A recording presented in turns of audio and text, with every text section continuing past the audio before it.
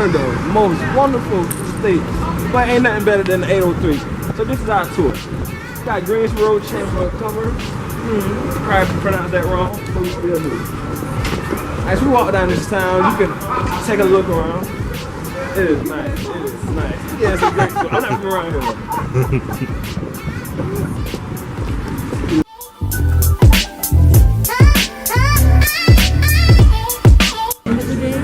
You know, we're here, called in the stick to find the statistic. Second row. Literally. Increasing the pipeline of teachers and leaders of color in education, and specifically in our partner districts who are here today. Mounting research indicates that when students are taught by teachers of which they identify with culturally, ethnically, and linguistically, they report feeling more cared for, more interested in their schoolwork, and more confident in their teacher's ability to communicate with them. These students also report putting forth more effort in school and having higher college aspirations. We have over 20 institutions of higher education represented here today to work with us to address this challenge. This event was made possible through the federal grant that the U.S. Department of Education awarded to Insight Education Group in October of 2017. In contrast, only 40% of GCS new teacher hires were Hispanic. And you see most white teachers do come from institutes of higher education. It's the exact opposite.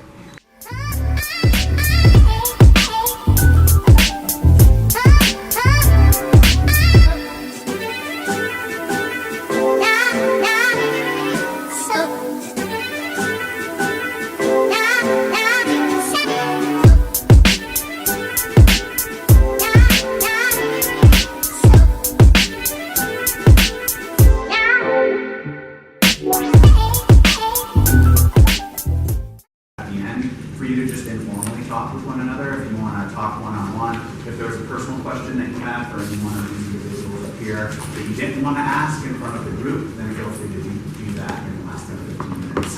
On behalf of Insight, I want to thank you all for being here. I'm Jason Stricker with Insight Education Group, and we'll do a quick round of introductions.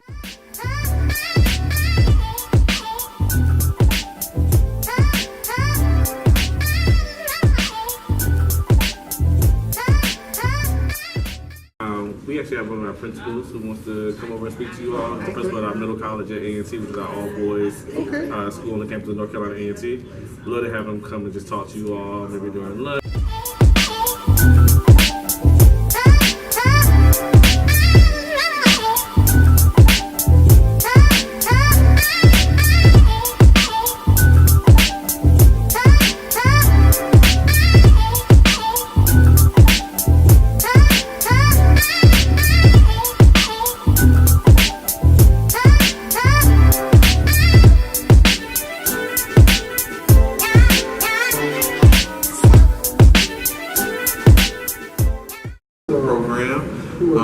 Dr. High Time now, when we were in Chicago, we presented in Chicago for NEA conference together, but definite passionate advocate for Mr. Education in general, one of my academic mentors, a brilliant sister. You can get to hear from her on the panel at 3 o'clock, but yeah, she's definitely been for the fight for, you know, brothers getting into education for a while. So I mean, great person.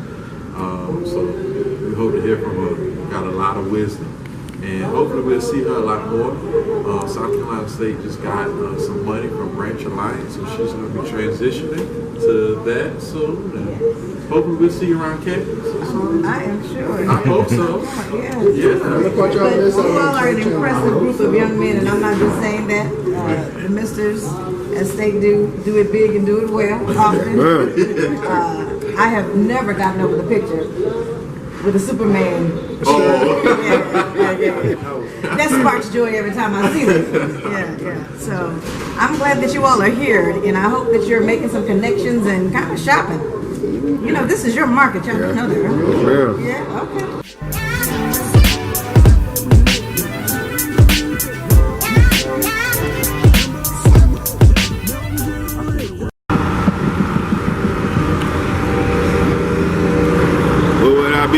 call me Mr. Oh yeah.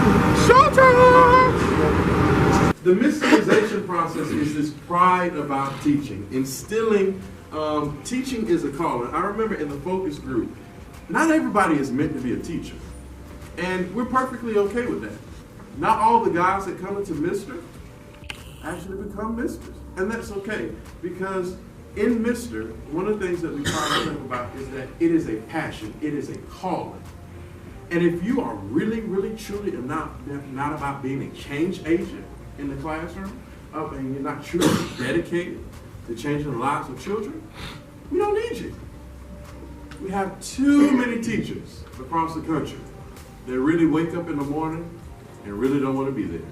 And so the key thing about Mr. is we want guys that are dedicated, passionate, and realize that their calling in life is to teach.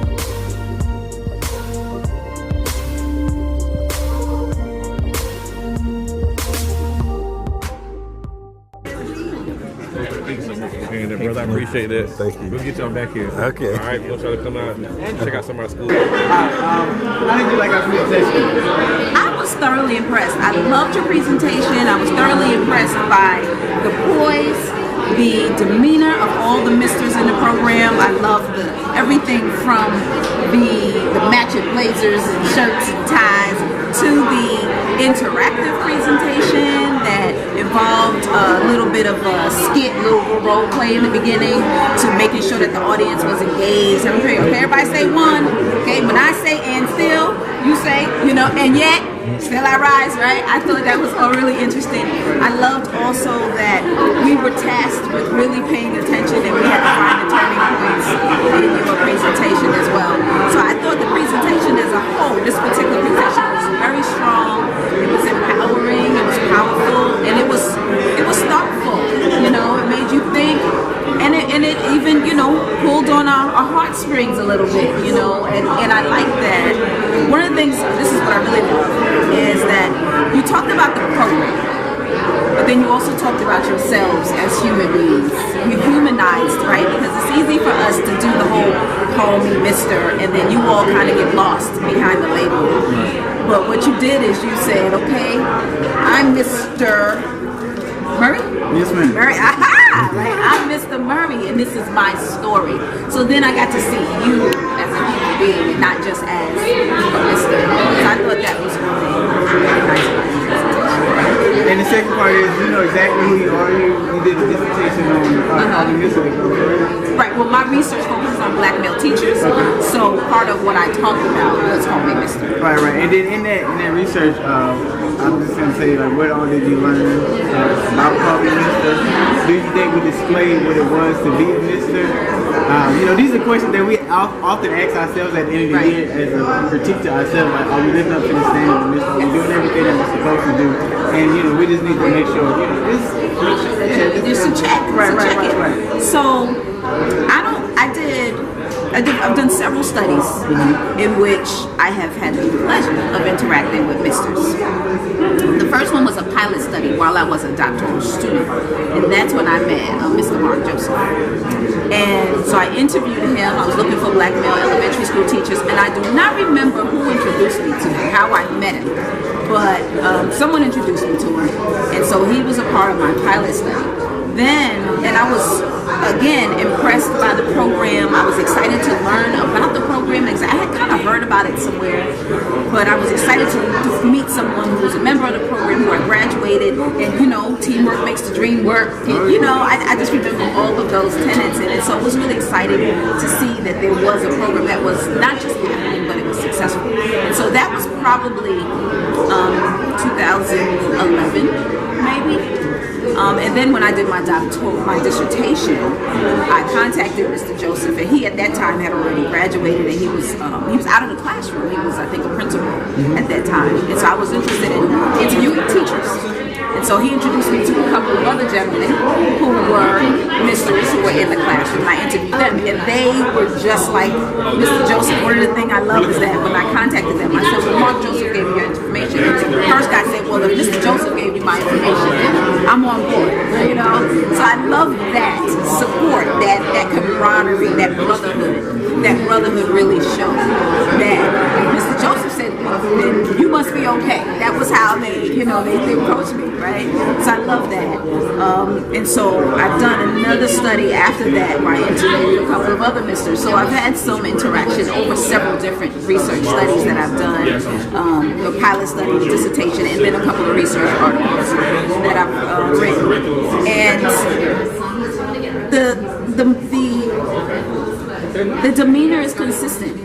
You know, I see consistency from alumni of the program and then today, you know, and that's one of the things that I was looking for. I wanted to see, like, okay, are they all like Mr. Joseph?